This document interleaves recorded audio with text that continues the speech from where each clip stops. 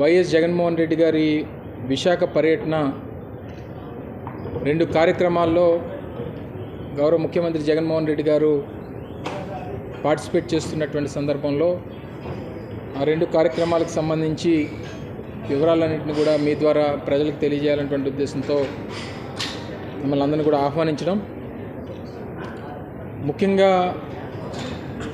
2 కార్యక్రమాల్లో మొదటిది విశాఖపట్నం వేదికగా రాడిసన్ బ్లూ హోటల్లో దాదాపు 2000 మంది పారిశ్రామికవేత్తలు వివిధ విభాగాల నుంచి, ఇండస్ట్రీ నుంచి కానివ్వండి, టూరిజం నుంచి కానివ్వండి, ఎడ్యుకేషన్ సెక్టర్ నుంచి కానివ్వండి, ఇన్ఫ్రాస్ట్రక్చర్ వైపు నుంచి కానివ్వండి, అన్ని రంగాల్లో, హాస్పిటల్స్,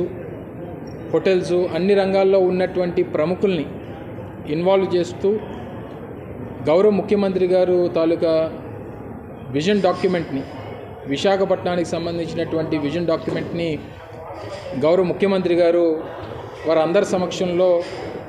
విశాఖ వాసులకి, ఉత్తరాంధ్ర ప్రజలకి, రాష్ట్ర ప్రజలకి వారు తెలియజేసేటువంటి కార్యక్రమాన్ని ఈ సందర్భంగా చెప్పబోతా ఉన్నాం. ముఖ్యంగా దీనికి సంబంధించి విశాఖపట్నం మొదటి నుంచి మేము ప్రభుత్వంలో ఏర్పాటు అయిన దగ్గర నుంచి విశాఖపట్నాన్ని ఒక గ్లోబల్ సిటీగా దీన్ని తీసుకొని వెళ్ళాలి, దేశంలోనే ప్రముఖ నగరాలతో, మెట్రో సిటీస్తో పోటీ పడేటువంటి దానికి విశాఖపట్నాన్ని హ్యాండ్ హోల్డింగ్ ఇవ్వాలి అన్నటువంటిది గౌరవ ముఖ్యమంత్రి జగన్మోహన్ రెడ్డి గారి తాలూకా ఆలోచన. ఎందుకంటే పోర్ట్ సిటీస్గా ప్రపంచవ్యాప్తంగా ఉన్నటువంటి అనేక నగరాలు మనం చూస్తే అన్నీ కూడా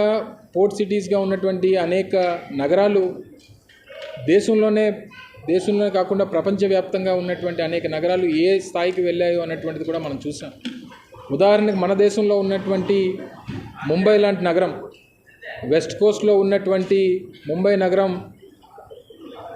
భారతదేశానికి గేట్వేగా ఉన్నటువంటి పరిస్థితుల దగ్గర నుంచి ఈస్ట్ కోస్ట్లో అంతే స్ట్రాటజిక్ లొకేషన్లో ఉన్నటువంటి విశాఖపట్నం భారతదేశానికే ఈస్ట్ కోస్ట్లో గేట్వేగా విశాఖపట్నాన్ని చూడాలన్నటువంటి ముఖ్యమంత్రి గారి తాలూకా ఆలోచన. దానికి అనుగుణంగా వివిధ సెక్టర్స్ని ఎంపిక చేసుకొని ఇండస్ట్రియల్ ఇన్ఫ్రాస్ట్రక్చర్కి సంబంధించి కానీ, లేదా లివబిలిటీ, ఈ ప్రాంతంలో ఉండేటువంటి దానికి కావాల్సినటువంటి సౌకర్యాలు కానీ, లేదా ఇన్ఫ్రాస్ట్రక్చర్ సైడు ఏ రకమైనటువంటి ఇన్ఫ్రాస్ట్రక్చర్ యాక్టివిటీస్ క్రియేట్ చేయాలనేటువంటి దాని మీద కానివ్వండి, లేదా టూరిజంకు ఉన్నటువంటి స్కోప్, ఈ ప్రాంతంలో ఏ రకంగా టూరిజం వైపు ముందుకు తీసుకెళ్లేటువంటి దాని మీద ఆ విజన్ డాక్యుమెంట్ కానివ్వండి. ముఖ్యంగా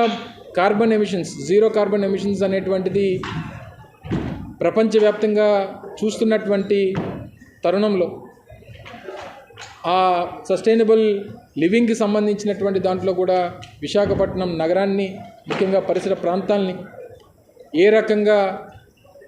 చేస్తే బాగుంటుంది అన్నటువంటి ఆ విషయాల్లో కానివ్వండి, వీటన్నిటి మీద గౌరవ ముఖ్యమంత్రి గారు రేపు రాష్ట్ర ప్రజలను ఉద్దేశించి, ముఖ్యంగా విశాఖపట్నం ప్రజలు దాదాపు 2.5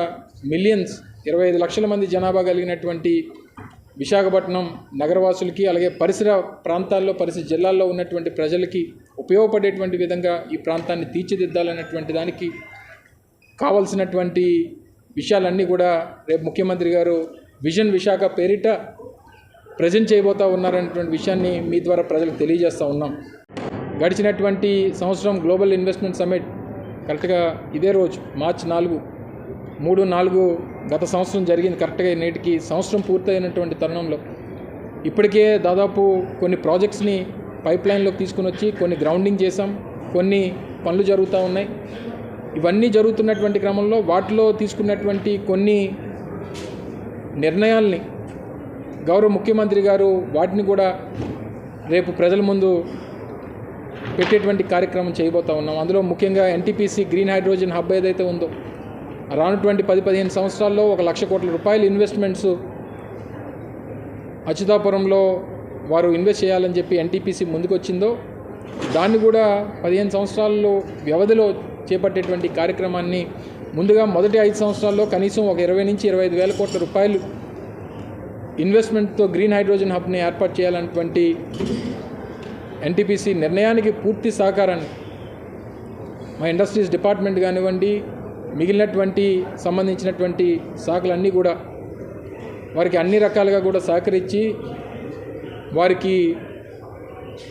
అన్ని అనుకూలంగా చేసేటువంటి కార్యక్రమం ఇప్పటికే గత క్యాబినెట్లో కూడా నిర్ణయాలు తీసుకోవడం జరిగింది.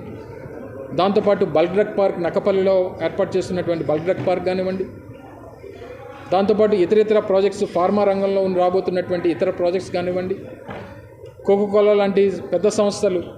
ఎంఎన్సీస్ ఈరోజు అచ్యుతాపురం లాంటి ప్రాంతాల్లో వారి ఇన్వెస్ట్మెంట్కి సంబంధించి కానీ, ఈరోజు ఇన్ఫ్రాస్ట్రక్చర్లో భోగాపురం ఎయిర్పోర్ట్ లాంటి ఇంటర్నేషనల్ స్థాయి ఎయిర్పోర్ట్ నిర్మాణానికి సంబంధించి కానివ్వండి, ప్రపంచ స్థాయి మాల్స్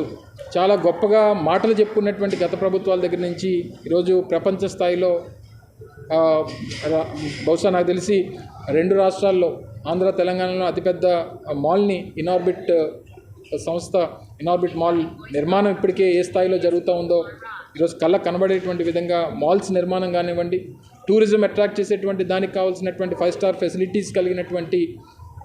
5 స్టార్ రిసార్ట్స్ కానివ్వండి, ఇవన్నీ కూడా పెద్ద ఎత్తున చేసేటువంటి కార్యక్రమంతో పాటు ఐటీకి సంబంధించి కూడా ఏదైతే Vizag tech park, Adani data centre కానివ్వండి, వైజాగ్ టెక్ పార్క్ సంబంధించి కానీ, మిగిలినటువంటి రాబోతున్నటువంటి సంస్థలకు సంబంధించినటువంటి విషయాలు కానీ, ఇవన్నీ కూడా రేపు ముఖ్యమంత్రి గారు విజన్ విశాఖ డాక్యుమెంట్లో వారు చెప్పేటువంటి కార్యక్రమం చేయబోతూ ఉన్నారు.